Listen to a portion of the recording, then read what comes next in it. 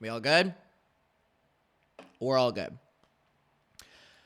Okay, everyone, I really want to talk about Taylor Swift's new album, The Life of a Showgirl. First and foremost, I feel like it's incredibly important for the diehard Swifties that are going to come in to the chats, into the comments, that people will immediately take any sort of like criticism to Taylor incredibly personal.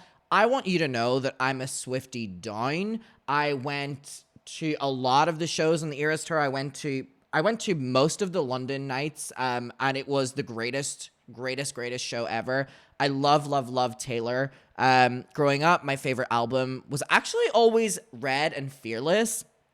And then I had a Taylor revival for me personally during the pandemic with Folklore, Evermore, Midnights, Torture Poets Department. But I do also want to say that one of my favorite Taylor albums, controversially, was Lover. I love Lover. So a lot of people are kind of comparing this album to Lover. So whenever I love Reputation as well, but that's like a very obvious choice for people. I love Reputation. So I just first and foremost want to get this out of the way that I own so much Taylor Swift merch as well. And I'm saying this for a reason because I want to talk about her like greed with this album. So like I've also engaged in the Taylor Swift greed of it all. The Taylor Swift capitalism, if you will. But with this album, I've really had a switch up. Now, I did have the album arrive because I did purchase the album. So here we have it, The Life of a Showgirl. First and foremost, I do just want to say that I do want to talk about the packaging and everything first, because this is such a big part of Taylor Swift's brand now, is the different variants. And she's not the only artist to do this. And also, I do want to say as well that, like, the negative to Taylor Swift's, greed, if you will, is this, like, overconsumption of it all. But it is also important to know that I was speaking to a local record store owner a couple days ago, and he basically said how, like, they continue to stay open because of Taylor Swift's albums, which is, a huge thing within itself. But because, the different variants and the packaging has become such a big part of her releases now, I did just kind of want to go through this. Made in Germany, love. Okay, so front cover, I was on stream whenever the album cover was announced. I'm going to be honest, I never liked it. I like the version of it when she's like in the theater and she has like the wig on, like the bob, the sleigh bob. I never liked this photo. I understand her meaning for it is about like after, working on a show, this is the life of a showgirl. Like I finally get into the bath. I've watched every interview. Like I am a Taylor fan, down, please. But I still just never liked this album cover at all. Now this one on the back, I really like. It definitely fits the mold more for me as well. So whenever I open this, and again, there are different variants that I like and prefer. But one thing for me as well, and I'm aware of kind of the age of music that we live in, and artists make money by selling different variants and they chart by selling different variants. I do want to say as well that I don't like the stage of music that we're at with a lot of artists. I saw this with Sabrina Carpenter as well, where artists will release multiple different album covers, obviously as a way to sell more things. I just like looking back on when an artist has like a vision and they stand by like one cover. Like I probably would have appreciated this cover more if this was the only cover. However, that's not the case at all. So here we go. Also, I really don't care about like people are gonna be like, oh my god, he's ruining the vinyl, he's not taking care of it. I don't give a fuck. So here we have obviously the cover, the font, the back. I really do like this photo though, in fairness. And then, I've never seen this. So when we open this up, the gate folds. I love this photo. Also, this, like, spaghetti is giving me the reference of when Charlie XCX was at, like, Paris Fashion Week and she was, like, grabbing the spaghetti with her hands.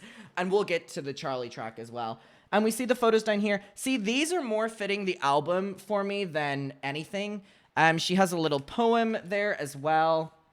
Let me open this up here. See, this to me just fits the album so much more. Like, if you're gonna do themed albums, like, stick to it, in my opinion. Like, both of these fit it so much more. So let me put this down right here, and then okay, wait, what's going on? There's a little, all the lyrics. Like I loved this one as well. She looks beautiful. And then obviously the vinyl is I like the coloring of the vinyl as well, and she's never really had an orange album, so love that. So first and foremost, just want to get my opinions of the album packaging out of the way. I do also want to clarify that I had very high expectations for this album. And that is, I've listened to this album before. I've actually listened to the album a couple times now. And I just want to be honest that I really did have high expectations for the album. The reasons I had high expectations for the album, number one, was because it was kind of like a return to form with previous producers, and we were kind of promised the 1989 production, but she said as well, she specifically said that like she wasn't gonna lose like the lyricism, sorry, of like Folklore and Tortured Poets Department. I also want to make it clear that my favorite Taylor Swift album of all time is the Tortured Poets Department. That is my album, down. I love that album so much. I love the writing on it. And I also want to say as well that whenever I listen to a Taylor Swift album for the first time, I will always cringe. When I listened to Tortured Poets Department for the first time, I cringed. When I listened to some lyrics in Lover, I cringed. Same with Reputation, same with Midnights. Like, it's kind of a rite of passage, and I saw a lot of Taylor Swift fans saying this, that like, when you listen to her music the first couple times, like you do cringe at some of the lyrics. I've never cringed as much at Taylor Swift's lyrics as I did with this album. And it's actually like ruining a majority of the songs for me. I do have some favorites on the album, and I can appreciate that the album is a grower. However, the Tortured Poets Department was also a grower for me, and after listening to it this amount of times, it's just not clicking for me at all. But some tracks are. I want to get that clear out of the way as well. My final thing about the album rollout is I didn't like how it was promoted. I feel like there was false advertising there about that she wasn't going to lose, the writing of Folklore and Tortured Poets Department, and how it was going to integrate with the 1989 production. I do think that we get elements of both, but it isn't as strong a vision as what she kind of sold. And again, when a majority of her first week sales are people buying the album before they've even heard it, I feel like it's a little bit disingenuous. And also, I want to just clarify as well that I have a really big issue with this era already because Taylor Swift is heavily relying on AI for the promotion, and I think it is absolutely unfathomable that the biggest pop star and the most successful and richest billionaire pop star who spent their entire last couple years of trying to reclaim their work and their artistry is relying on AI to promote the album. And if you don't know what's happening, Taylor had a bunch of doors in a bunch of different cities, and they had a QR code that would go to a video. Now, all of these videos were so clearly AI that it was like they were bad. Like, fingers were disappearing, pianos were like molding into itself, letters were missing when they weren't supposed to be. Like, it was squirrels were... nuts were appearing and they were disappearing. Like, it's sloppy. Windows weren't showing the proper reflections. Like, how the hell is Taylor Swift, who up until this album has preached about, the importance of owning your art and the importance of creativity in the art, and the person with probably the most money to be able to spend on real artists, cheapening out with AI to promote the album? I really, really, really have a problem with that, and it is incredibly disappointing, and it has left a really bad taste in my mouth from Taylor Swift. I'm going to be honest, and it has really, obviously we don't know these celebrities, but it has changed my opinion significantly on her because I just think it's lazy. I think it's lazy. One final thing as well. I don't think that Taylor Swift should be releasing albums as frequently as what she is doing. I understand why she's doing it. She's making a lot of money on it, and she's clearly someone who is able to write, produce very fast and wants to release it. And she knows that whatever she releases will be successful. It will hit the number one. My problem with that, however, is that I do believe that this is one of her weakest albums. And this is her album that is debuting with the biggest first week sales and phenomenal reviews for the most part, and will probably go on to win Grammys. And I just don't like that this album is the one that gets highlighted in that way, because everything she releases will always be successful now, because I think it will ultimately lead to getting the bare minimum. I don't know. Taylor fans are also saying, like, people who hate on this album are just saying that they hate when she's happy. That is not true at all. I don't care if Taylor's muse is Travis. I don't care if it's herself. I don't care if it's fictional characters. I don't care if it's Joe. I don't care if it's Maddie. I don't care. I literally do not give a shit. I just want the music to be good. And without further ado, let's get into the music. So, like I said, the tracks are number 1, The Fate of Ophelia, number 2, Elizabeth Taylor, number 3, Opalite, number 4, Father Figure. Track 5, which if you're in Taylor lore is always a big deal. Last track 5, So Long London, one of the greatest songs she's ever released. Eldest Daughter was track 5, which we'll talk about that. Ruin the Friendship, number 6. Actually Romantic, 7, which we'll talk about when we get to it. 8, Wish List. 9, Wood. We'll get to that. 10, Cancelled. 11, Honey. And 12, The Life of a Showgirl featuring Sabrina Carpenter. So, when it's all said and done, let's get into track 1, The Fate of Ophelia. Now, this is the lead single, and I think it was a perfect choice for the lead single. I think it's definitely the strongest, if not the strongest song on the album. And it's a great opener. So let's get into track number 1, The Fate of Ophelia. And also, as well, with this track, obviously we know with Ophelia, I've written down here, it's all about like Hamlet's Ophelia, right? So here we go.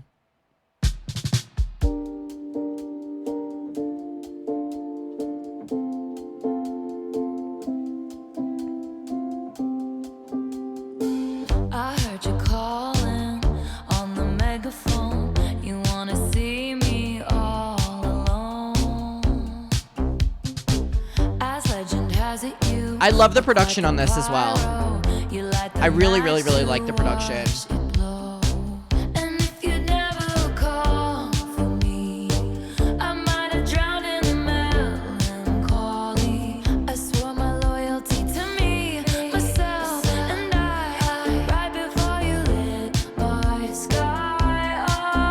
And the music video is amazing.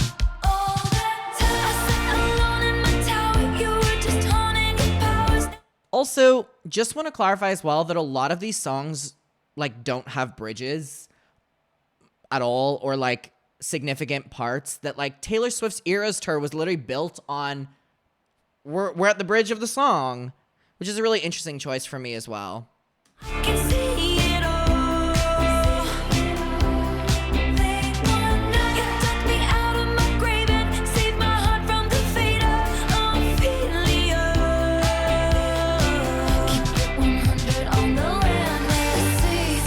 This one's fun.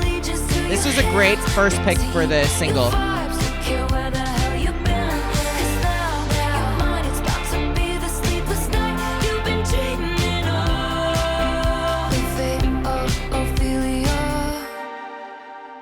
I really like this one, actually.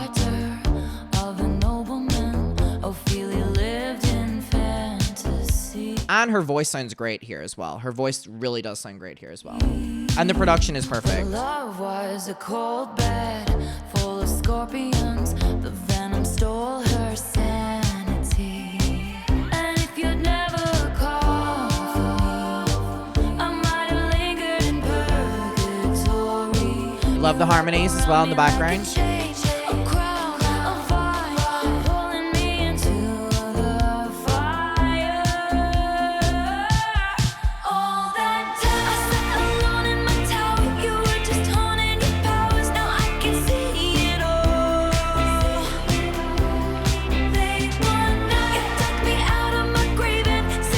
I really like the chorus on this one. I think the chorus is very, very, very strong. I think overall, this is probably the strongest song on the album, which is crazy because it's the first song.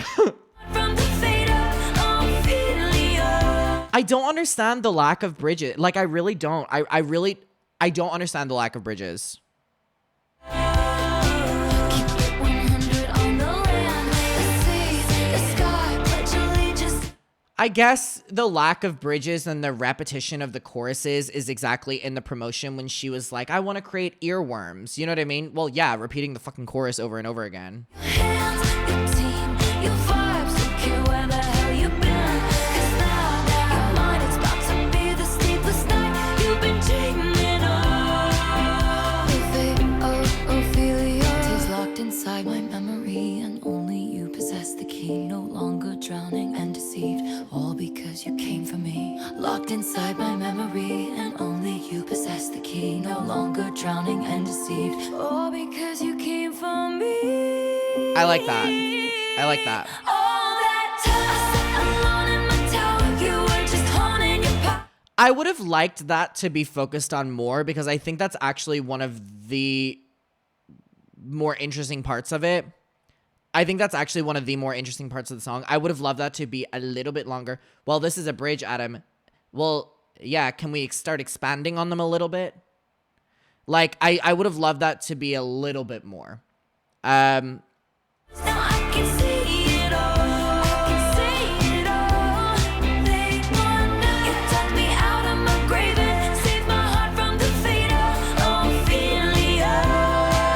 The production is just really great on this. On the land, the sea, the sky, pledge allegiance to your hands, your team, your vibes, don't care where the hell you've been. 'Cause now your mind is about to be the sleepless night you've been dreaming of. Yeah, that's a good point. Taylor in the promotion said that this is the album that she's dreamed of making her entire life. Which is crazy to me because this album, which we'll get to in a couple songs, feels like a huge step backwards artistically for her. Ophelia, you saved my heart from the fate of I like the ending too. Ophelia. All right. So track 1 to me, The Fate of Ophelia, is, like I said, definitely, in my opinion, the strongest song on the album. I do believe that the bridge-ish on that should have been a little bit more developed on because it is very repetitive. But because it's very repetitive, it's a fun listen. And I think the music video is great. I think it's a great single. I really think it's a great single. So anyways, we're going to get on to track 2, which is Elizabeth Taylor. Elizabeth Taylor, do you think it's forever? That view of Portofino was on my mind when you called. Actually, I haven't listened to this one since it was released. Oftentimes it doesn't feel so glamorous. I listened once. To be me. All the right guys promised they'd stay under bright lights. They withered away, but I like that part. I really like that part. All the right guys promise they stay under the bright lights. They withered away. I like that. I do like that part. I really do like that part. Again. all the right guys promised they'd stay under bright lights. They withered away. I like that but part. You blew. Portofino was on my mind. She sounds great as well. And if your letters ever said goodbye, I cried my eyes violet. Elizabeth Taylor, tell me for real, do you think it's forever? Number one, but I never had to. And I can't have fun if I can't have be my and why when Hollywood hates me. I really like that. First of all, I love this chorus. I really, really, really do. And I also like the Be My New York when Hollywood hates me. I like it. I really do like it. Hot as your last hit, baby. Been number one, but I never had to. And I can't have fun if I can't have you. Hey, Be My Bright when New York hates me. possibly get for the Hi, girl Kristen. who has everything and nothing all at once, babe. There's a couple moments like this in the album, the like name drops or like brand things. It's very cringy to me. It's very cringy. This line is so cringy to me. Babe, I would trade the Cartier for someone to trust. We hit the Ugh, it's just cringy. Like, it really is cringy. booth at Musso and Frank's. They say I'm bad news, I just say thanks. And you I don't like that part. Like you're hypnotized, and I think you know why. And if you ever Love her voice here. leave me high and dry, I cry my eyes violet.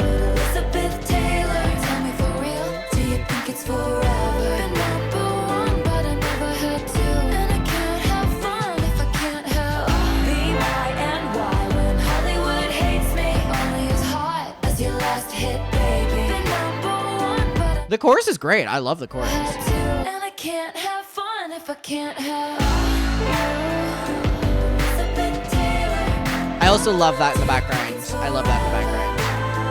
If I can't have you, all my white diamonds and lovers are forever in the papers on the screen. I also like this breakdown. I also do like this breakdown. Sometimes it feels very Lana. Well, a couple songs on the album sound like songs from Lana's album Blue Bannisters, which is one of my favorite Lana albums of all time, but sped up. In their minds, all my white diamonds. It's funny how all my favorite parts from the songs are like the bridges. I just wish that like they were more focused on, like her other songs. The background harmonies are great.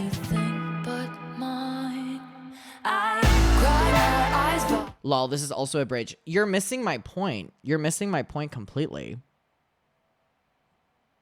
Elizabeth Taylor, tell me for real, do you think it's forever? Been number one, but I never had to. And I can't have fun if I can't have be my and why. When Hollywood hates me, I really like that line. as your last hit, baby. Been number one, but I never had to. And I can't have fun if I can't have diamonds and Elizabeth Taylor. It's the papers on the screen and in their minds.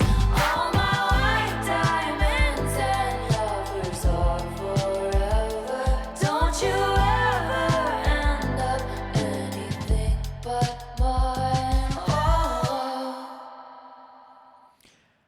Okay, Elizabeth Taylor, I think it's fun. I really like the chorus. Again, I would say I really should start like ranking these. I would definitely say The Fate of Ophelia is my favorite so far. Out of 10, I need to start like ranking these songs. Fate of Ophelia. All right, let me rank these. The Fate of Ophelia. Out of 10, I'm gonna give The Fate of Ophelia. You know what? I'm gonna give it a strong 8 out of 10 for Fate of Ophelia, okay? And then Elizabeth Taylor, I like it, again, with just a lot of these, with her focusing on trying to get an earworm. They are very repetitive, which, again, is pop music. Music doesn't have to be that deep, you know what I mean? Elizabeth Taylor, I am going to give, like, a 6 out of 10. All right. Next song is Opalites.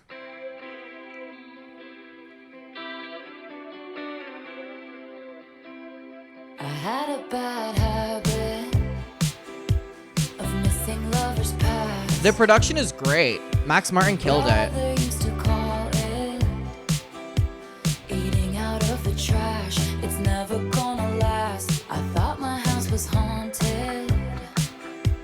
I used to live with ghosts and all the perfect couples said when you know, and when you don't, you don't. And all of the foes and all of the friends have seen it before, they'll see it again. Life is a song, it ends when it ends.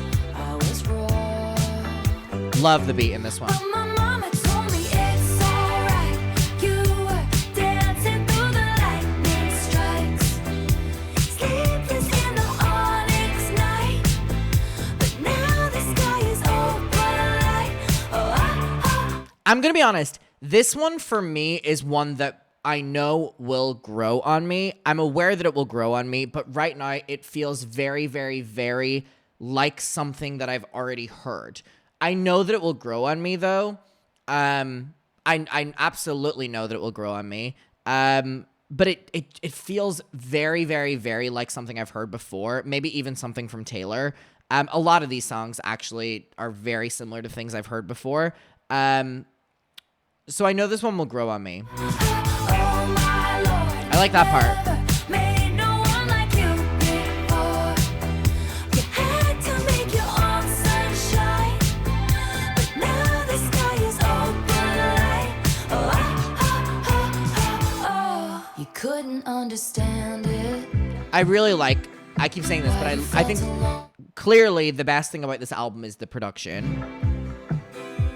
You were in it for real. She was in her phone, and you were just a pose. And don't we try to love, love? We give it all we got.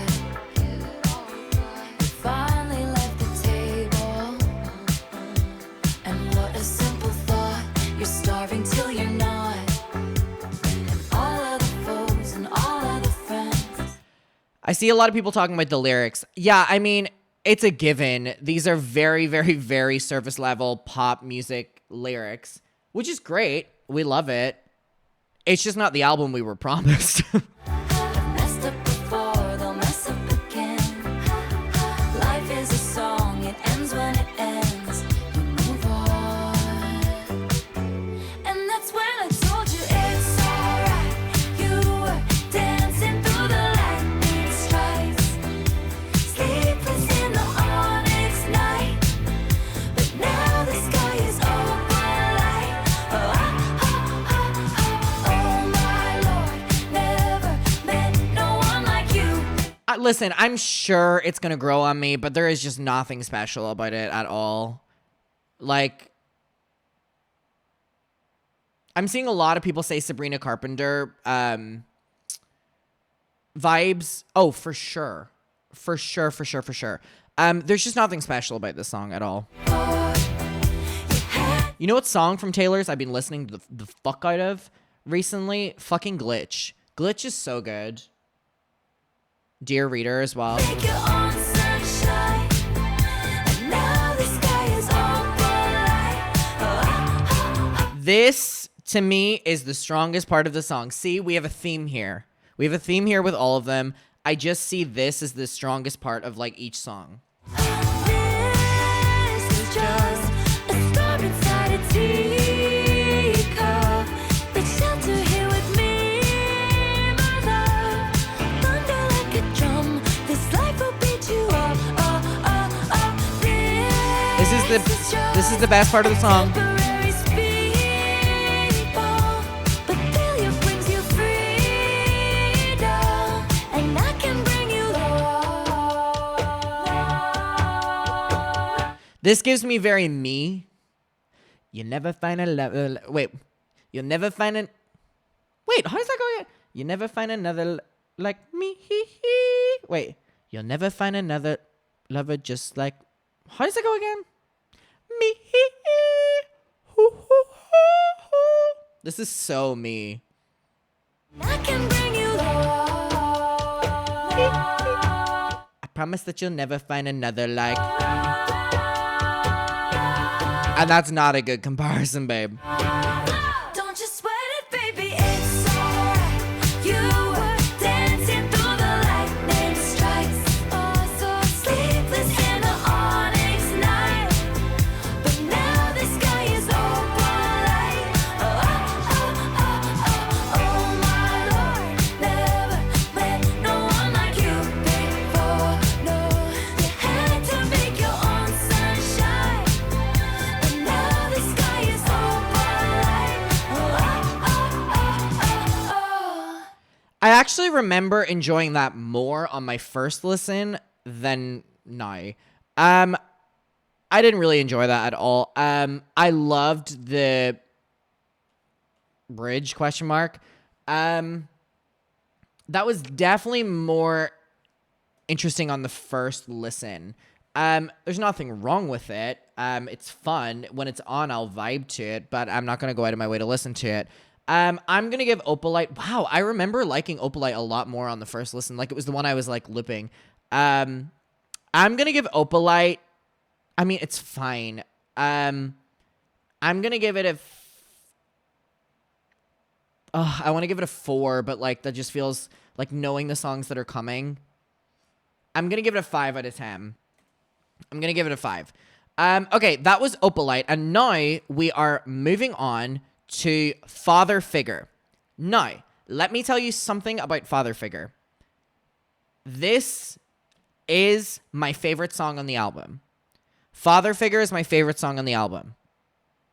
And I will die on that hill because a lot of people online are not liking Father Figure. That is my song. Like, the only 2 songs that I'm listening to on this fucking album are Father Figure and The Life of Ophelia. They're the only songs that, like, I like, which is very frustrating because I was so excited for this goddamn album. I'm seeing a lot of people like it and a lot of people not like it. Let's get on to Father Figure. I don't know. I like this one a lot. I really do. And also, there's so many theories on this song as well. I'm seeing people talk about Olivia Rodrigo. I'm seeing people talk about Scooter Braun. There's a lot of theories. So send me yours. Here's the thing. Can I be honest? Something I've never, ever cared about when I listen to Taylor Swift music is who the song is about. Like, I really don't care. I don't care if she wrote this song about Olivia Rodrigo. I don't care if she wrote it about Scooter Braun. I, like, listen to a song, and I'm like, do I like this for what it is? Like, I don't care. I really don't care. Like, a lot of Taylor fans will love songs that are, like, not her greatest work just because, like, they're referencing people. Scott as well, Big Machine. I don't care. I am, however, really intrigued to talk about the Charlie alleged diss track on this. It's definitely about Scott. Yeah. The thing is, for me, I just really don't care to talk about, like, the theories of who songs are about because the world keeps on moving. But I like good songs. Sometimes I feel as well people will distract themselves if music isn't good by getting caught up in theories. But anyways, Father Figure, let's get into it. This is definitely my favorite on the album, and clearly people are disagreeing with me, but I do think it is one of the strongest on the album. When I found you, you were young, wayward, lost in the cold. Pulled up to you in the Jag, turned your rags into gold. The winding road leads to the chateau. I like that. You remind me I also like this. Me, I saw pretend. I love everything about this until the because my dick's bigger. I understand why she wants to say it. Whatever. I think that fucking from you remind me of a younger me to I can make the deals with the devil. I just think that's so good. I really enjoy that. I really enjoy it. And then snaps me back into fucking reality with because my dick's bigger. A lot of people like it. A lot of people don't. I don't care. I really like this part. It's just very unfortunate that whenever I listen to it, I get cringed out by that lyric. But anyways, I love this breakdown until it. You remind me of a younger me. I saw potential. Love this part. I'll be a father figure. I drink that brown liquor. I can make deals with the devil because my dick's bigger. Like, it's unnecessarily cringe. Y'all get so uptight about Taylor cussing or being vulgar when she's a literal adult in her 30s. Anyway, we don't get uptight. It's cringy. We're not like, she said dick. We're being like, oh, she said dick. It's cringy. It really is cringy. It's just, there were so many really clever lyrics there that she could have done. And that just, like, is cringy. Like, it's cringy. It's just, it's also bad writing. Like, it's bad writing. It honestly, like, pisses me off because, like, this song, in my eyes, would have been a great track 5. I do believe it. With some tweaks here and there. Anyways, can I just hear that part again? You remind me of a younger me. I saw potential. I'll be a father figure. I drink that brown liquor. I can make deals with the devil because my dick's bigger. This love is pure profit. I love the layers in this as well. Like, I don't mean the lyrics because it's not that deep. As much as people want to say it is, but the layers of the vocals I love. Into my office, I dry your tears with my sleep. I also love this next part. Leave it with me. I protect the family. Leave it with me. Voice sounds great. Love that part. I protect the family. Also, this next part she has been talking about in interviews, like about like how it's like her favorite lyrics she's like ever written, and she's very clearly very proud of I pay the check before it kisses the mahogany grain, obviously about a table. I'm gonna be honest, it's very, very, very like I don't see it as that clever. I really don't see it as that clever. I like it's almost more obvious than being like before it kisses the fucking table. You know what I mean? But anyways, it's once we're comparing it to my dick's bigger line, honestly, I'll take it. I pay the check before it kisses the mahogany grain. Said they wanna see you rise, they don't want you to raise. I like that line. I like that line. You all the tricks of the trade. Trade? What does she know about trade? What does she know about trade? All I ask for is your loyalty, my dear protege. I'll be your I love this part. I drink that brown liquor. I can make deals with the devil because my dick's bigger. I've just gotta get over This it. love is pure profit. Just step into my office. They'll know your name in the streets. Leave it with me. I protect the family. I saw a change in you. I like the My background. dear boy, they don't make loyalty like they used to. Good harmonies and production. Your thought is ambition, spark the ignition on foolish decisions, which led to misguided visions, led to fulfill your dream. Like this song is very Midnight's to me. I don't know if anyone else agrees, disagrees. I know a lot of people are kind of saying where they think songs would go in different albums. This is very, very, very Midnight's 3 a.m. After Dawn to me. Like this part is really good. I really like this part. Don't make loyalty like they used to. Your thought is ambition, spark the ignition on foolish decisions. Like, where's which led to this in the misguided album? visions, led to fulfill your dreams. I love this. You had to get rid of me. This part. I protect the family. I love it. I love I it. was your father figure. We drank that brown liquor. You made a deal with this devil. Then take it Turns up. out my dick's bigger. You wanna fight, you found it. I got the place surrounded. You'll be sleeping with the fishes before you know you're drowning. Whose portraits on the mantle?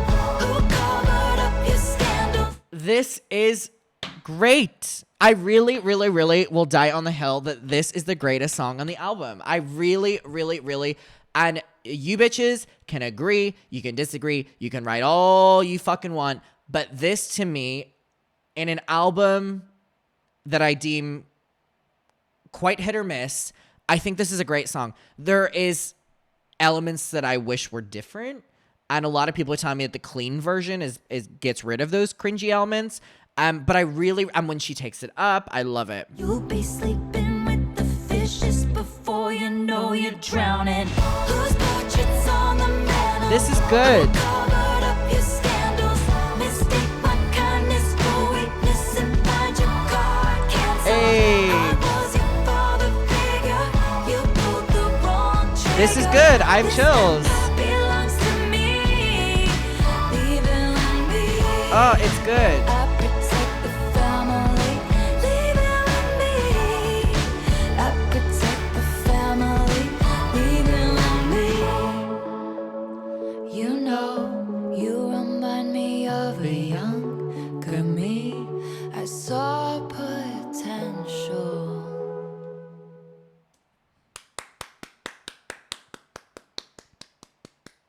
This is what we wanted. I am giving this song, I would have given it a 10 out of 10, but there are some cringy moments, which is to be expected. I'm going to give it a 9 out of 10. I really, really, really just, I like so many elements about this song. I really do. That's why I'm saying that this song is my number 1 and Fate of Ophelia is my number 2. I really, really, really, I love the key change at the end. I like the bridge. I love the chorus part. I really like the lyrics in this song. Like that fucking ending is just like, wait. Got the place surrounded. You'll be sleeping with the fishes before you know you're drowning. Whose portraits on the mantle? Who covered up your scandals? Mistake my kindness for weakness and find your card canceled. I was your father figure. You pulled the wrong trigger. This empire belongs to me. Leave it with me. I protect the family. I love it. Leave it with me. I protect the family. Leave it with me. And the ending is great as You well. know, you remind me of a younger me. I saw potential. I love. I think it's the best on the album. So the next one is track 5. No.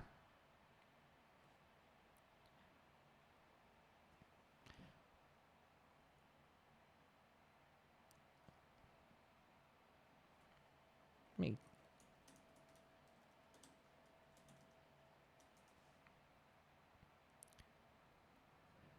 When we look at track 5s of the past from Taylor Swift, we have Cold as You, White Horse, Dear John, All Too Well, All You Had to Do Was Stay, Delicate, The Archer, My Tears Ricochet, Tolerate It, You're on Your Fucking Own Kid, fucking So Long London.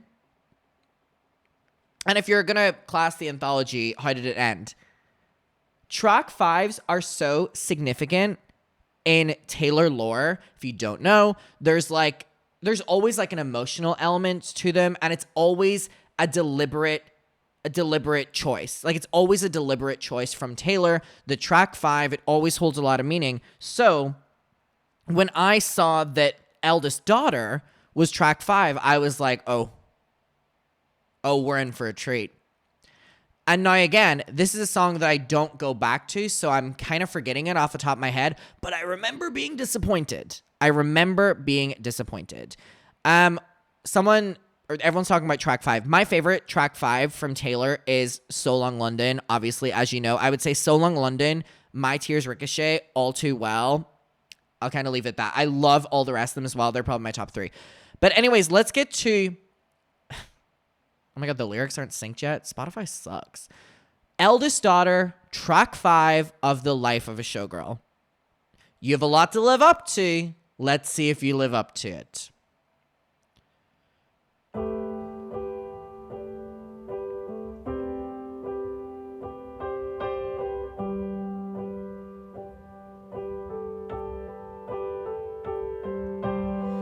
Everybody's so punk on the internet. Hate already. Hate that opening line. I already hate this song. I don't even just not like it. I hate it. Punk. Everyone's so punk on the internet. Everyone's unbothered till they're not. Also, just not clever writing. It's not even not clever writing. This isn't good writing. This is bad already. Oh my god, and then it just gets worse. Every joke's just trolling and memes. I honestly could argue what really makes me angry about this being track 5. Put Father Figure track 5. This being track 5 is almost a slap in the face because the opening is so terrible. Everybody's so punk on the internet. Everyone's unbothered till they're not. Every joke's just trolling and memes. You know what I hate? You know what I fucking hate? when people talk about like trolling or memes in songs. I would never think Taylor Swift would be doing this. This is so like this feels like it's already aged. I hate this so much. Sorry, from the top. This is terrible. This is terrible. And when I heard that piano, I was like, oh my God, we're in for another So Long London. And then I hear, oh. Everybody's so punk on the internet. Everyone's unbothered till they're not. Every joke's just trolling and me. No. Sad as it seems, apathy is hot. Everybody's cutthroat in the comments. Every single hot take is cold as ice. This is just so terrible. This is so terrible. Like, this is so terrible. And for a track 5 as well. What do you mean the last track 5 we had was So Long London, one of the most emotional fucking songs of all fucking time? Oh my God, Steph! Hey, girl! I miss you. I need to see you. What the fuck do you mean? We gone from So Long London to this terrible, terrible opening. Like, this opening is terrible already. I'm pissed. I'm pissed. You found me, I said I was busy. That was a lie. I have been... Adam, if your take on Actually Romantic is against Taylor, that's going to be very embarrassing. Well, you're going to be very embarrassed for me then. Stay tuned. Afflicted by a terminal uniqueness. I've been dying just from trying to seem cool. Oh, God, it gets worse. I forgot it gets worse. I forgot it gets worse. I really, really, really forgot that it gets worse. But I'm not a bad bitch, and this isn't savage. No. No. It got worse. Everyone's saying, can we skip this? It just got worse. Oh, this song is so disappointing. This is so disappointing. The song's so disappointing. I see the little Swifty coming from my Staffo Sims. I'll protect my Staffo Sims with, what do they call it? They did in like the olden days. I don't know, but I'll have it. Staff's my girl. Swifties, leave her alone. But I'm never gonna let you down. I'm never gonna... Sorry, but I'm not a bad bitch and this isn't savage. It's just terrible writing. It's just terrible, terrible, terrible. Like, I cannot stress how terrible that is. I really cannot stress how terrible that is. Leave you out, so many traitors, smooth operators, but I'm never gonna break that vow. I'm never gonna leave you now, now.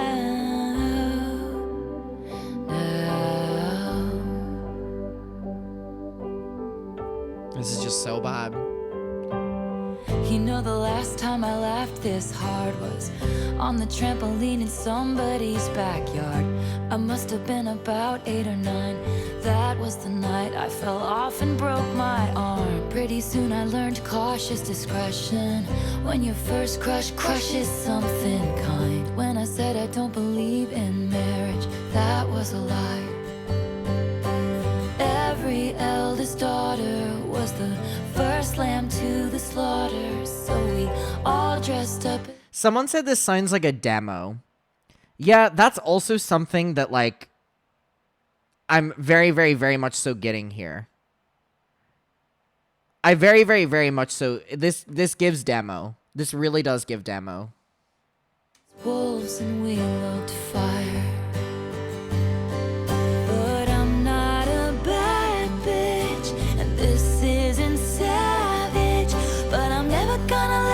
Where even are we? I'm like struggling to follow this. I'm never gonna leave you out, so many traitors. Wait, literally, where are we? I'm so like bored of this song that like I can't even. So, oh, here we are. Smooth operators, but I'm never gonna break that vow.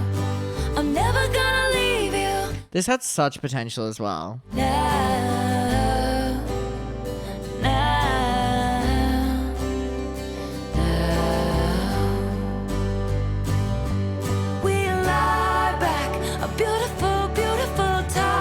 This sounds great. This part sounds great. This part really does sound great.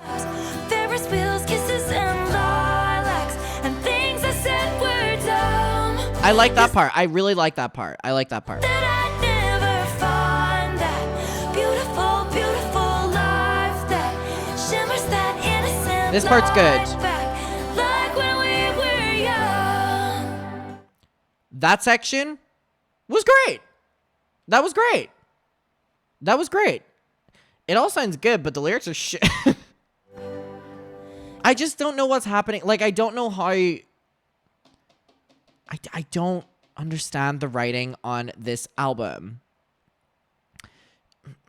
She said this was the album that she was waiting to release. Every youngest child felt they were raised up in the wild, but now you're home. Cause Like, she has an emotional bit, and then she goes back into, 'cause I'm not a bad bitch. I'm not a bad bitch, and this isn't savage, and I'm never gonna let you down. I'm never gonna leave you out. So many traitors, smooth operators, but I'm never gonna break that vow. I'm never gonna leave you. Bad bitch meaning she's not tough. I don't give a fuck what it means. It sounds bad.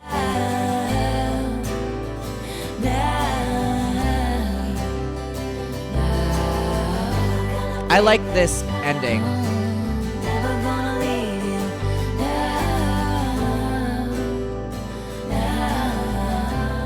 I like that. I like that.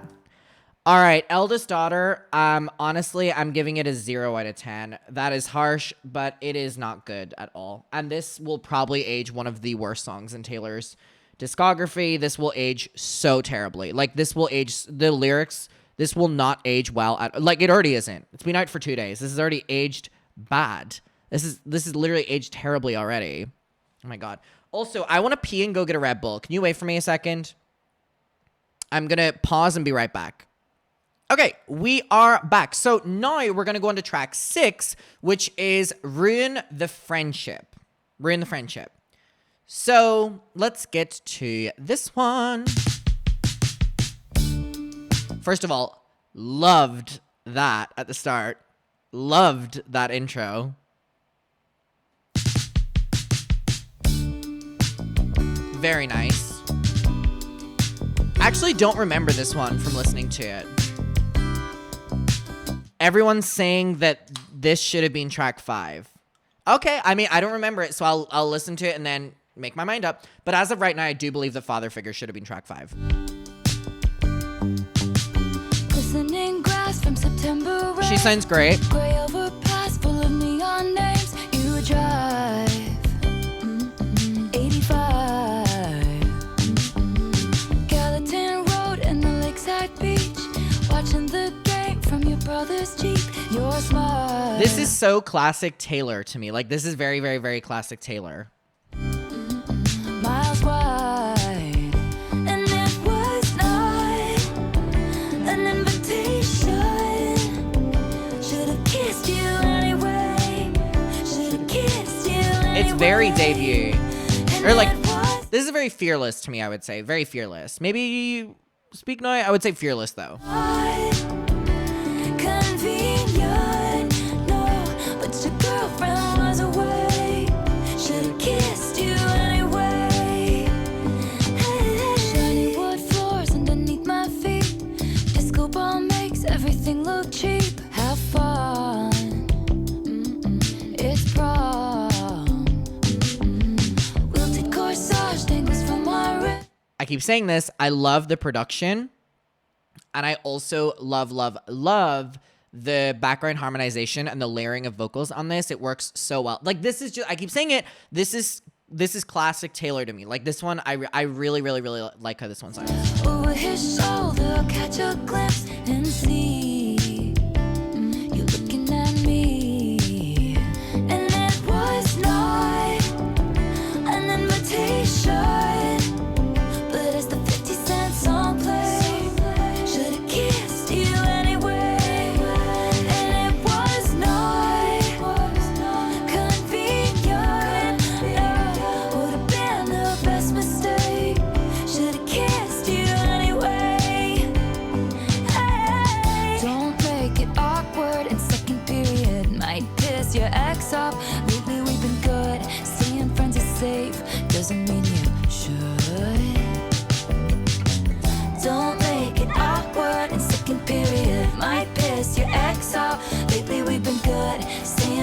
safe doesn't mean you should. This part. So this is about her childhood friend who passed away, Abigail. Whenever I heard this the first time, I was like, oh. School, I lost track of you. Abigail called me with the bad news. Goodbye. This part is so beautiful. Never know why. Or sorry, messed up that name. Sorry, messed up that name. This song is about the childhood friend. Oh my god. Clearly, I need the Red Bull. It's like You Belong With Me, but a follow-up. There's a certain Taylor song that this reminds me of, and it is from those early years. It's from those early years, and it is just... There's something so nostalgic, but like fresh about this song that I really like it because of that. Yeah, Jeff. I think it might be Forever Winter. I think it is. I think it's Forever Winter. Maybe you're right. Anyways, I really like it. It's nostalgic, but it's also very fresh. And whenever I heard that line that Abigail called me with the bad news, it like clicked in my head what the song was actually about. With so much left to say, it was not convenient, no, but I whispered at the grave, should've kissed you anyway. Oh, and it was not an invitation, should've kissed you anyway, should've kissed you anyway, and it was not my advice. It's always ruin the friendship, better than regret it for all time. Should've kissed you anyway, and my advice is always answer the question, better than to ask it all your life. Should've kissed you anyway. Should've kissed you anyway.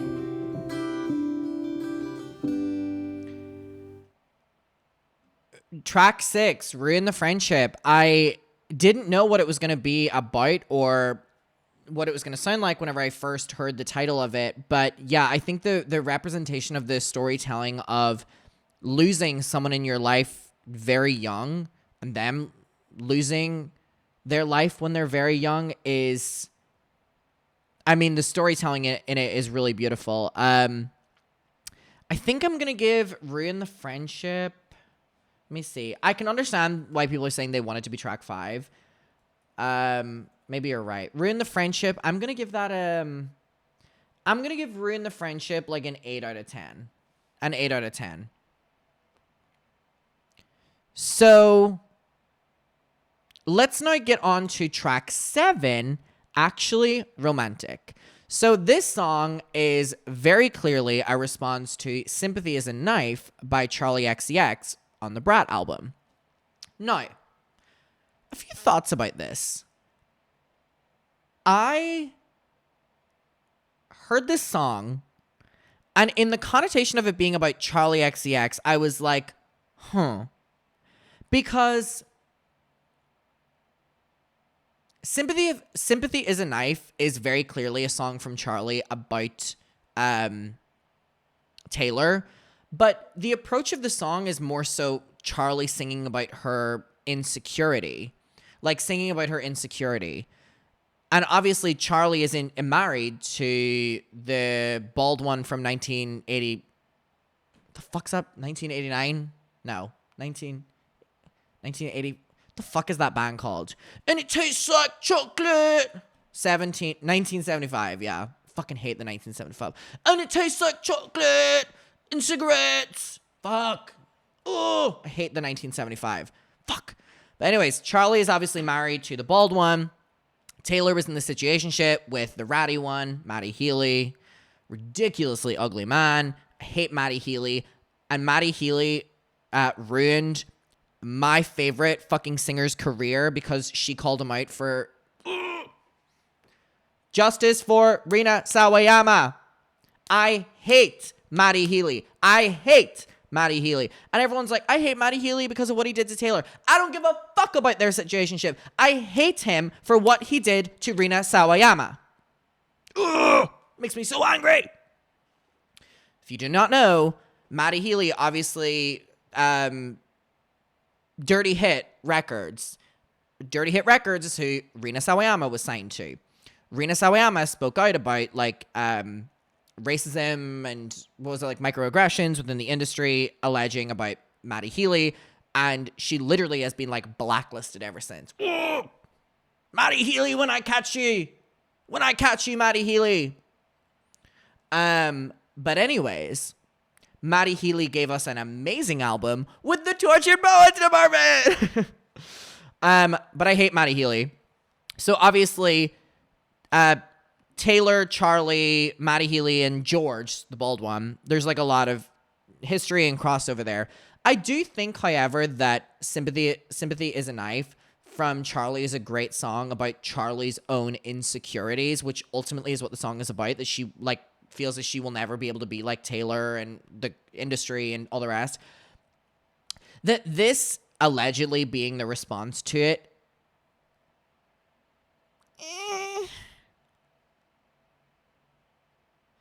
and I believe that, like, it's a fair playing field where, like, you can, you know, give it out. But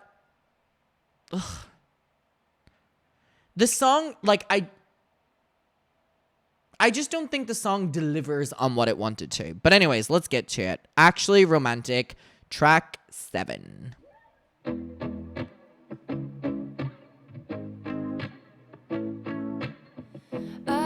You call me boring Barbie when the coke's got you brave. Oy. I was my ex and then you said you're glad he ghosted me. Wrote me a song saying it makes you sick to see my face. Some people might be offended, but it's actually sweet.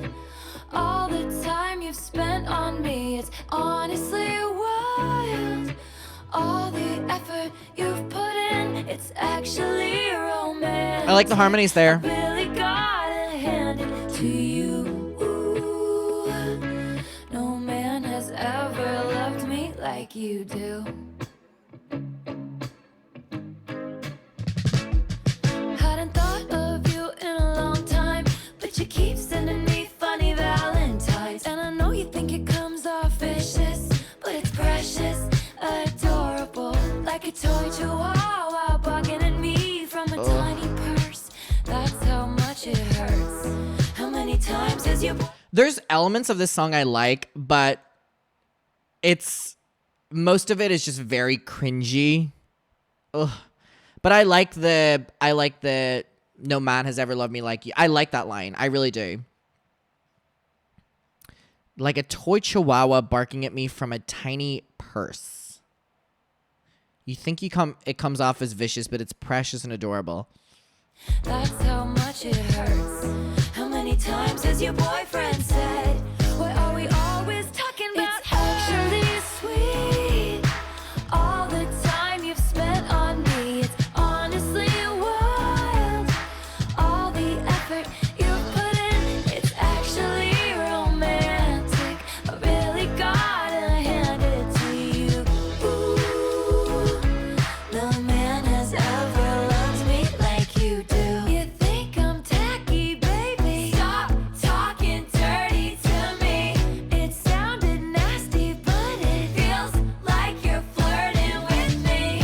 I mind my business, God's my witness that I don't provoke it. But it's kinda making me wet. Oh. 'Cause it's actually sweet.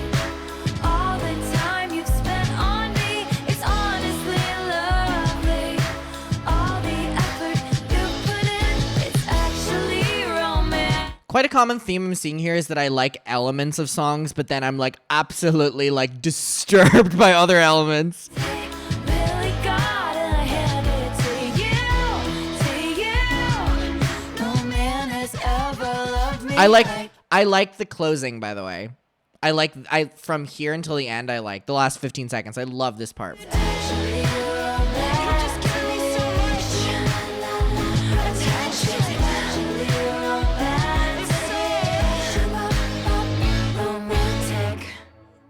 Oof. Oh, goodness. Ugh. For it being a diss track, whoever it may be about, even though it's very clear, if we're playing devil's advocate to whoever it's about, it's quite cringy. Like, it's quite cringy. And that's my biggest problem with the song at its core, is that, like, ultimately, like, it's cringy. That's my main issue with it. So I am going to give Actually Romantic a 3. I'm going to give it a 3 out of 10. It's not my favorite. I don't think it's that clever at all. And I just don't think it's good. Like, I don't think it did what she thought it was going to do.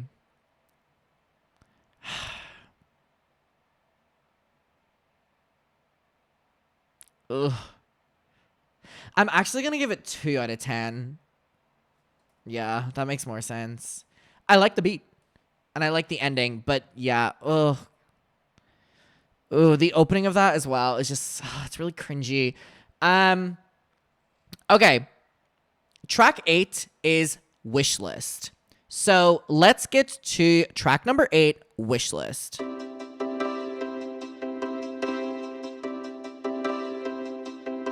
They want that yacht life under chopper blades. They want those bright lights and Balenci shades and a fat ass with a baby face. They want it all. They want that complex female character. They want that critical smash Palme d'Or and an Oscar on the bathroom floor. They want it. This opening is just not good. It's not good. Subjectively, it's not good. Oh, and they should have what they want. They deserve what they want. Hope they get what they want. I just want you. Have a couple kids, got the whole block looking like you. Wait till Not trying to be the woke police over here, but I really don't like that line. I really don't like that line at all. I think a lot of people will understand why I don't like that line. And if you don't, then you don't. But I don't like that line. I really don't.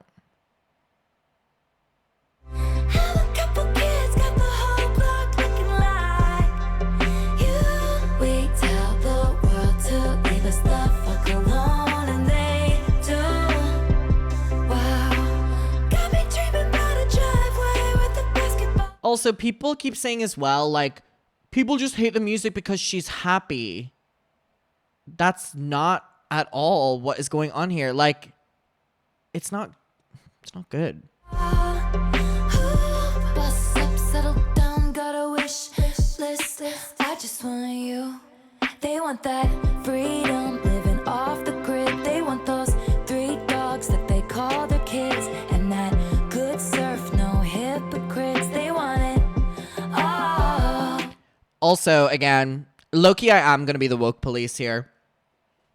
Okay, I wasn't going to take it to this place, but I am going to take it to the place because it kind of annoys me a lot. And if you disagree with me on this point, then I really don't give a fuck because I am going to just double down on it right here. Taylor Swift's full brand, up until this point, I guess, was that she was like the cat lady. Remember when she got involved in the Trump election with Trump Harris, and she was basically calling out JD Vance, and she was like signed off a childless cat lady. And she embraced the full thing. And while I would like to argue a huge chunk of Taylor fans are self-identified cat ladies, that was the full bit. They loved it. They loved it. They loved it.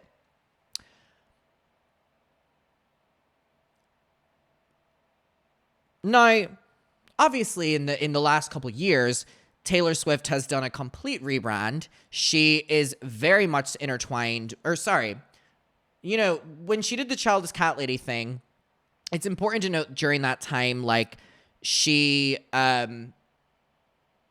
was not associated with what she's associated with now. You know, Donald Trump was tweeting, like, I hate Taylor Swift. And then we fast forward to now. Taylor Swift is, you know, incredibly aligned with the NFL, which is one of the most racist, we are aware of how racist the NFL is at its core. And she's so intertwined with that world now. And she's best friends with, like, what, Brittany Holmes, whatever the fuck her name is. And, like, these MAGA groups and very outspoken Republican people, which was very different to the brand that Taylor was curating up until this point.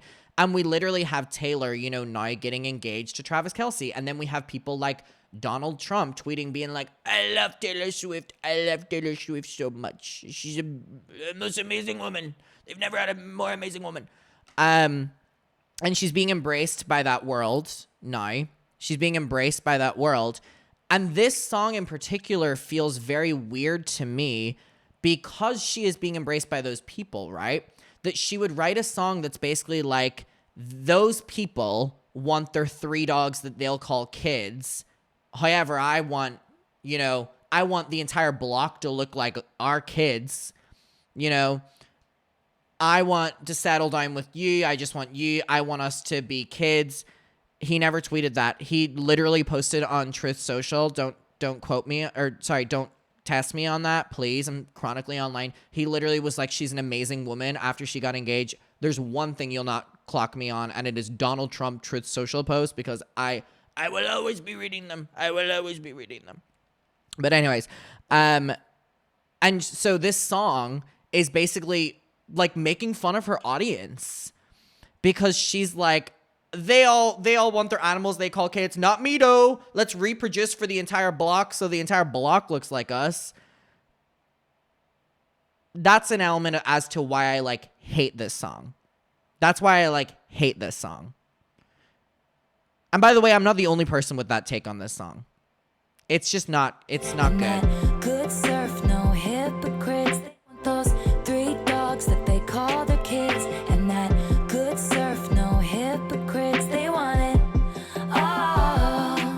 They want a contract with Real Madrid. They want that spring break that was fucking lit. And then that video taken off the internet. They want it all.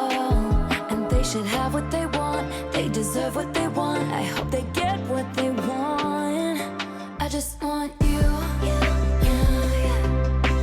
Have a couple kids, got the whole block I would argue this is one of the worst on the album. looking like you. We tell the world to leave us the fuck alone, and they do. Wow, got me dreaming about a driveway with a basketball hoop. Bust up, settle down, got a wish list. I made wishes on all of the stars. Please, God, bring me a best friend who I think is hot. I thought I had it right once, twice, but I did not. You caught me off my guard. I hope I get what I want, 'cause I know what I want.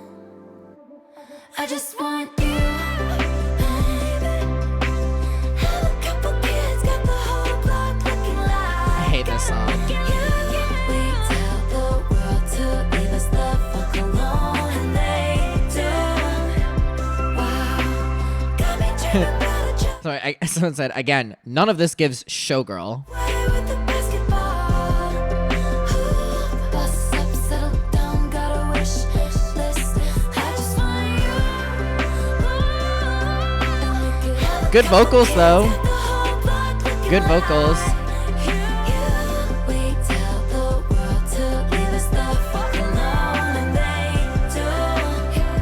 Wow, and now you got me dreaming about a driveway with a basketball. Showgirl. And we're talking about settling down. Life of a showgirl. Settle down, got a wish list. I just want you. I don't like that song at all. I'm gonna give Wishlist. I'm gonna give Wishlist another 0 out of 10. So that's my eldest daughter 0 out of 10 and Wishlist 0 out of 10. I really don't like that song at all. I really don't like it at all. The next song, oh goodness, is track number 9, Wood. Oh goodness. Also, this is like I'm surprised the Jackson 5 and so many other artists as well and songs are not credited in these songs. Didn't she fucking come after Olivia Rodrigo to get those fucking credits? Anyways, Wood, W-O-O-D, by the way. I want you back. I want you back. Din, din, din, din, din, din, din. Ah! Wait, how's it go again? Ah, ba, ba, ba. Hello? Let me tell you now. Ooh, ooh. Daisy's bare naked, I was distraught. He loves me not. He loves me not. Penny's unlucky, I took him back. And then stepped on a crack, and the black cat laughed. And baby, I'll admit I've been a little superstitious. Fingers crossed until you put your hand on mine. Seems to be that you and me, we make our own luck. A bad sign is all good. I ain't gotta knock on wood. Only that bitch I wishing on a falling star. Never did me any good. I ain't got to knock on wood. It's you and me forever dancing in the dark. All over me, it's understood. I ain't got to knock on wood. Forgive me, it sounds cocky. Hypnotize me and open my eyes. Red. First of all, am I listening to the censored version? Oh, maybe it is just... She says in a song, he dickmatized me and opened my eyes. Redwood tree, which is a big tree. It ain't hard to see. His love was the key that opened my thighs. Wrap it up. Wrap it up. Wrap it up.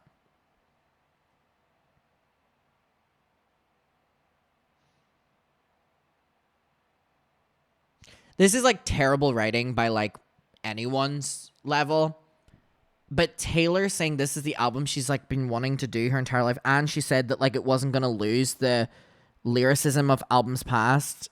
I'm sick. I'm sick. He dickmatized me and opened my eyes. Redwood tree, it ain't hard to see. His love was the key that opened my thighs. This is just terrible. This is just terrible. This is really, really, really just terrible.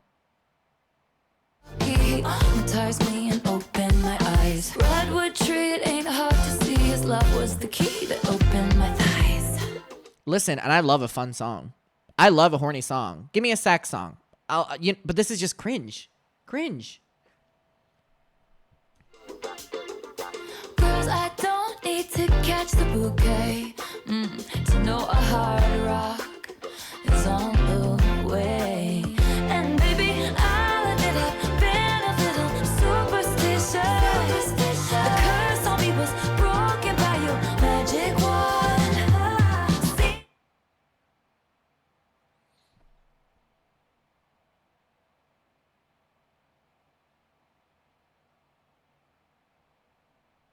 I can't believe this is a Taylor Swift song. The curse on me was broken by your magic wand. Seems to me that you and me, we make our own luck. New heights of manhood. I ain't gotta knock on wood. Oh, goodness. This is bad. Curse on me was broken by your magic wand. Seems to me that you and me, we make our own luck. New heights, manhood. I ain't gotta knock on wood. Only that bitch I wishing on Also, just at its core, this song is not good. Like, a falling star. Never did me any good. I ain't got to knock on wood.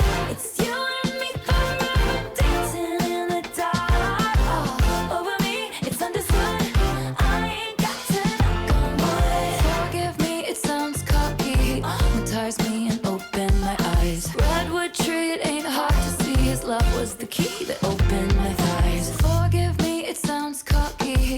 baptize me and open my eyes. Redwood tree, it ain't hard to see his love was the key that opened my thighs.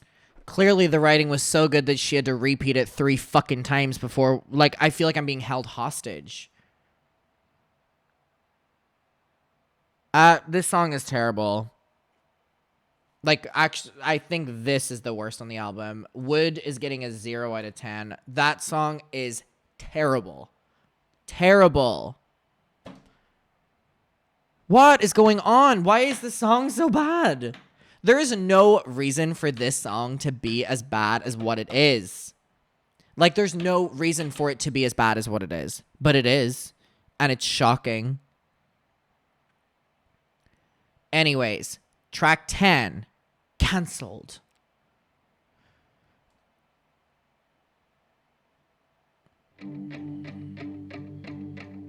You thought that it would be okay at first. The situation could be saved, of course, but they'd already picked out your grave and hers. Beware the wrath of masked crusaders. Did your girl boss too close to the sun? Did they get...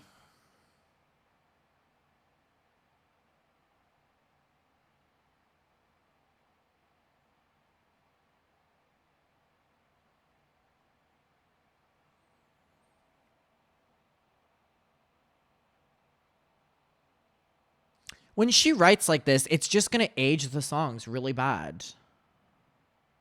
Having far too much fun. Come with me, when they see us, they'll run. Something wicked this way comes. Good thing I like my friends canceled. 2 things on this. Number 1, listening to this song, good thing I like my friends canceled, is like, what, are we talking about your MAGA friends? Your fucking Republican conservative friends? But also, it literally just sounds like a fucking emote song. Wait, like this, wait. Good thing I like my friends canceled. I like 'em cooked in Gucci. And again, the brand name drop. This is like the 2nd or 3rd time this has happened on the album. It's just cringy and unnecessary. I like 'em cooked in Gucci and in scandal. Like my whiskey sour and poison thorny flowers. Welcome to my underworld where it gets quite dark. At least you know exactly who your friends are. They're the ones with matching scars. It's easy to love you when you're popular. The optics click, everyone prospers. But one single drop, you're off the roster. Tone deaf and hot, let's Radio Rebel lyrics. rip off her. Did you make a joke only a man could? Were you just too smug for your own good? Or bring a tiny violin to a knife fight? Baby, that all ends tonight. Good thing I like my friends canceled. I like 'em cooked in Gucci and in scandal. Like my whiskey sour and poison thorny flowers. Welcome to my underworld, it'll break your heart. At least you know exactly who your friends are. They're the ones with matching scars. They stood by me before my exoneration. They believed I was innocent, so I'm not here for judgment. No. But if you can't be good, then just be better at it. Everyone's got bodies in the attic or took somebody's man. I don't like this one either. Take you by the hand. Here's the thing. The beat, great. The production, great. Yet again, the lyrics are bad. Like, when would I ever think that I wouldn't like a Taylor Swift song for the lyrics? Like, with even these ones I don't like. It's the lyrics that are ruining them. It's the lyrics that are ruining them. And soon you'll learn the art of never getting caught. It's a good thing I like my friends canceled. You know that I like 'em cooked in like the slow emote walk. Like my whiskey sour and poison thorny flows. Yeah, it's a good thing I like my friends. Can't salute you if you're much too much to handle. Like my whiskey sour and poison thorny flows. Can't you This is so 2020 TikTok, yeah.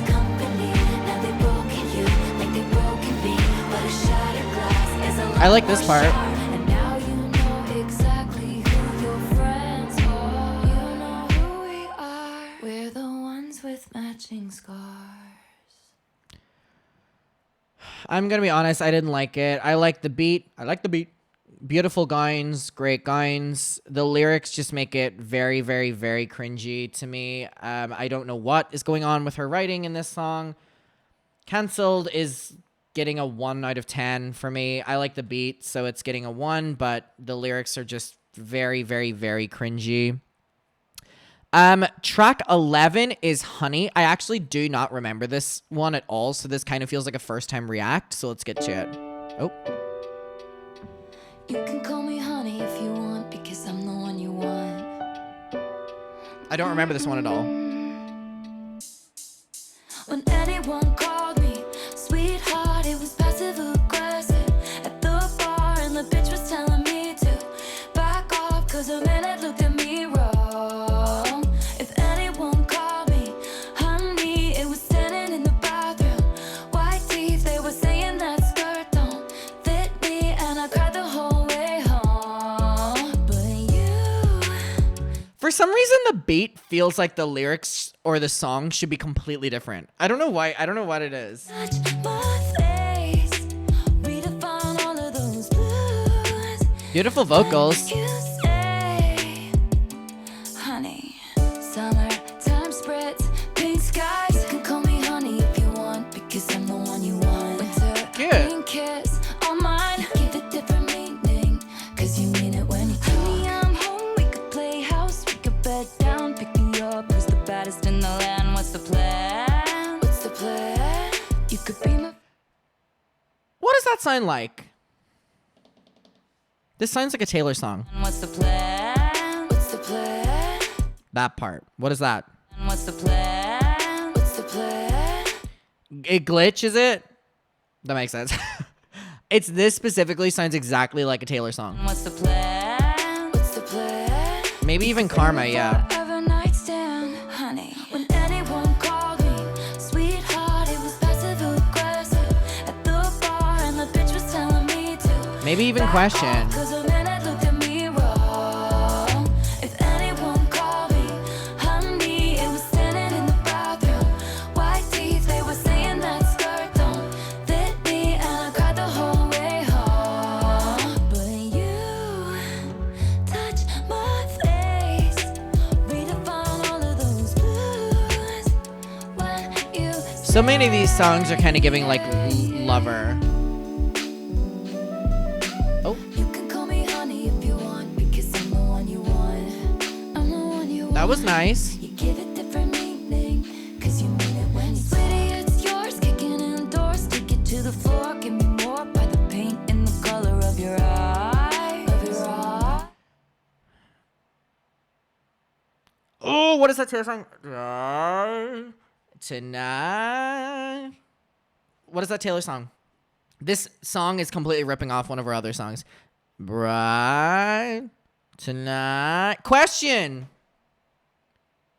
It's the Bridget Question. So now she's fucking repeating shit that's now 2 instances in this song that it literally sounds like the exact same other song. Oh my god.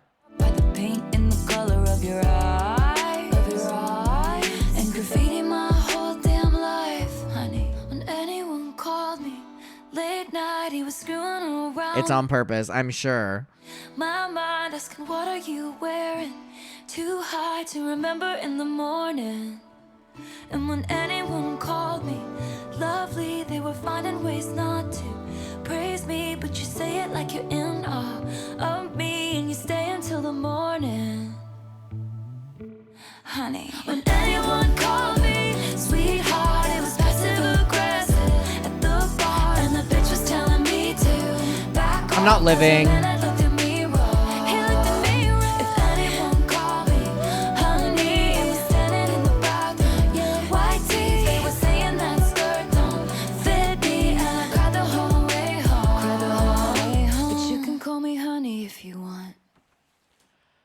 I'm not living.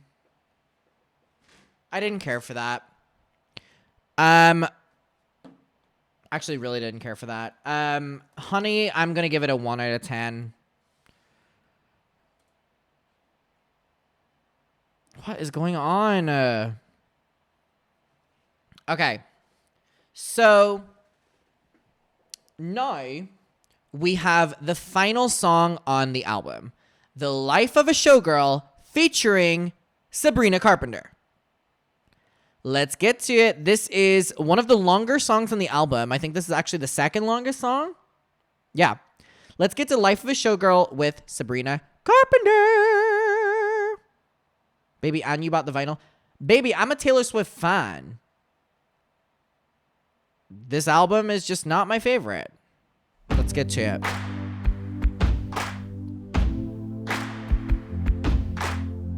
Come on, give us Showgirl. Give us Showgirl. Her name was Kitty. Made her money being pretty and witty. They gave her the keys to this city. Then they said she didn't do it legitly. I bought a ticket. She's dancing in her garters and fishnets. 50 in the cast, 0 missteps. Looking back, I guess it was kismet.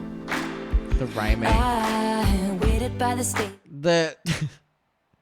The rhyming is just legitly was crazy. Can we hear that again? Her name was Kitty, made her money being pretty and witty. They gave her the keys to the city. Then they said she didn't do it legitly. I actually wonder what's going on with her writing on this album. Legitly.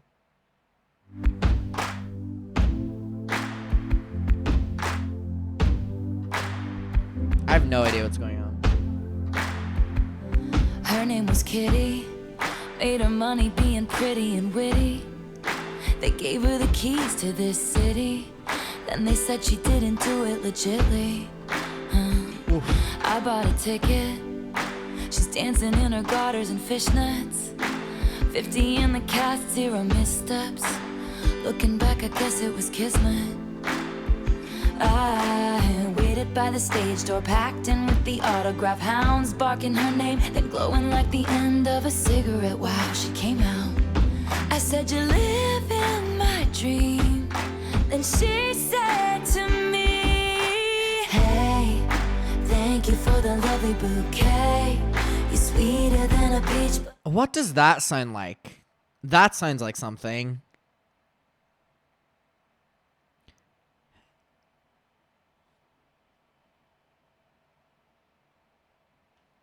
Hold on. Wait. This is niche. You guys aren't gonna know it because fucking no one knows this song. This is literally Katy Perry's fucking bonus track from her flop new album 143 called Okay, where she's like, hey, it's gonna be okay. I'm not kidding. Wait. Wait.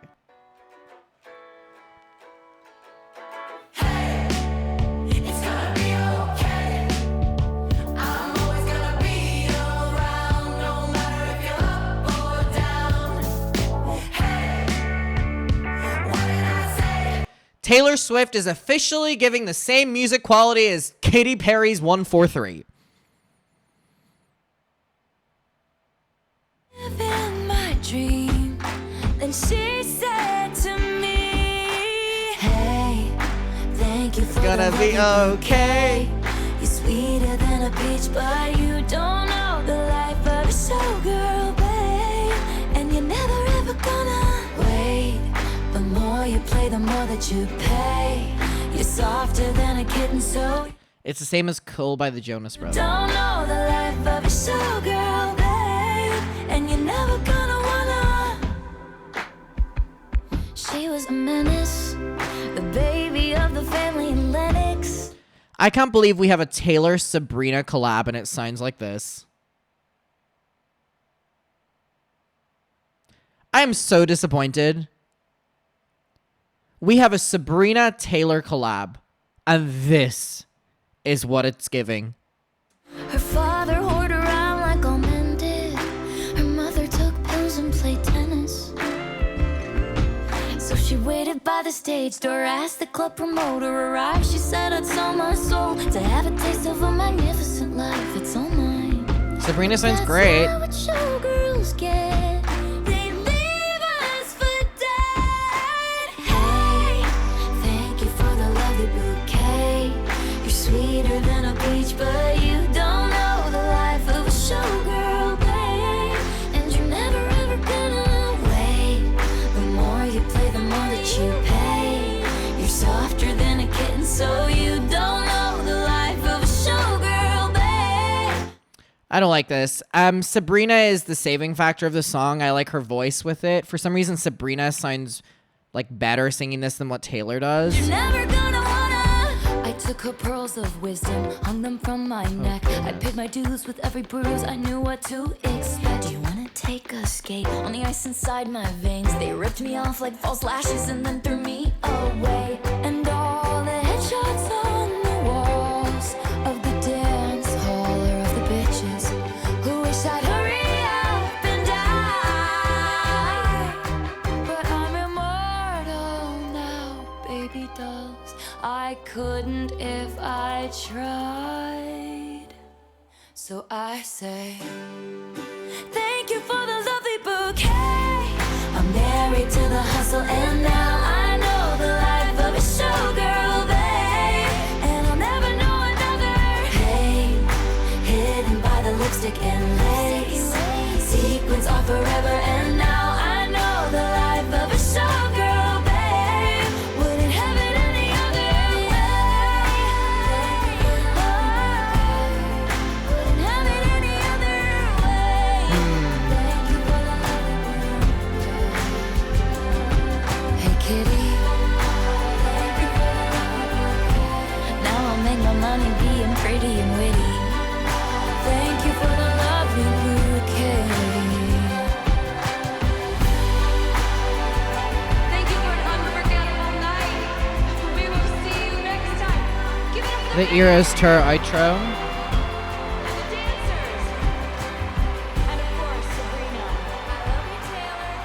That's our show. We love you so much. Good night.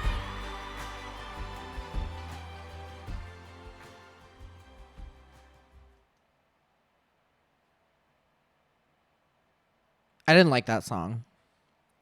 I didn't like that song at all. The Life of a Showgirl featuring Sabrina is getting, honestly, a 1 out of 10 from me. I'm sorry. Okay, so here's my ranking. The Fate of Ophelia, 8 out of 10. Elizabeth Taylor, 6 out of 10. Opalite, 5 out of 10. Father Figure, 9 out of 10. Eldest Daughter, 0 out of 10. Ruin the Friendship, 8 out of 10. Actually Romantic, 2 out of 10. Wishlist, 0 out of 10. Would, 0 out of 10. Cancelled, 1 out of 10. Honey, 1 out of 10. And The Life of a Showgirl, 1 out of 10. Okay, my closing thoughts on the album. It was very unnecessary, and I think the general consensus from even Taylor fans is that this album doesn't add up with the way it was promoted. It also just seems incredibly rushed. And the way that she hyped this up as being the album of her life and a return to form with like Max Martin, I don't see it. I really, really, really don't see it. I think the branding of The Life of a Showgirl, like the songs didn't give this. Like it seems that the promotion and the photo shoots is what's more important than the album. And I guess it is when you're getting fans to buy 10 different variants of the album before it even comes out. But it's frustrating because I was so excited for this fucking album. Like, and it honestly, to me, just seems like a huge step back in Taylor's discography. It seems like a huge step back creatively. The lyrics, and people are like, pop songs can't be deep. Did you think you were going to get Tortured Poets Department on this? She specifically said about her lyricism on this album. She said it. She promoted it like that. She literally said about the lyricism on this. She said it, not me. I don't know. It honestly kind of scares me a little bit for her career. Her career is fine. She is a billionaire. But what I mean is, Taylor is getting Rolling Stone giving this 100 out of 100. She is, obviously with the variants and the merch and stuff like that, this is probably going to be like her highest performing album, right? Like, this is definitely going to be her highest performing album in the charts, money-wise, whatever, right? And that is very unfortunate because I think, in my opinion, this is her worst album ever. And when Taylor can release an album like this, that even her fans is saying at parts is not up to par with what she normally releases, why will Taylor strive to make a better album than this when she's probably making the most amount of money she's ever made on an album on this music? I'm really intrigued to see if the Grammys are going to honor her with this album the same way whenever she released Reputation and they didn't, and she was like, I need to make a better album, and she released Lover. And I do believe that Lover is a good album. I wonder if that's what's going to happen here. I low-key want it to happen. I hope that happens here. I really hope that the Grammys do not award this. The Life of Ophelia, the single and the music video, yeah. But I really hope this doesn't get an Album of the Year nomination, and hope to God that it doesn't win it. And if it does, then I think the worst thing that can happen to her musically and creatively is her being praised on a big level for the work that she did on this album, because quite frankly, the only good things about this album are the production. So shout out to Max Martin for that. Max Martin and who else? She was fucking posting it. Shellback. I'm annoyed. I'm really annoyed by the album. I am a huge Taylor fan, and I was really, really, really excited for it, and it feels like a step in a bad direction for her creatively.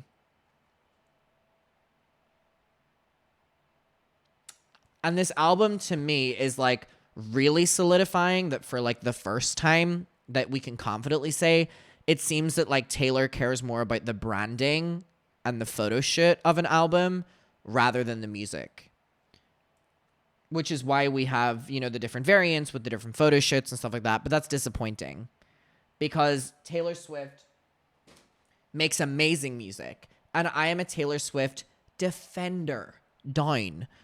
I think she makes great music. I think she's one of the greatest writers. But that is not reflected in any way on this album. And with the use of AI throughout the promotion of the album, to the wrongful advertising as to what the album actually is, I hope it doesn't put a dent in the credibility of her artistry moving forward, because I definitely think that her artistry is tested a little bit in this. So that's my thoughts. We'll leave it there for now.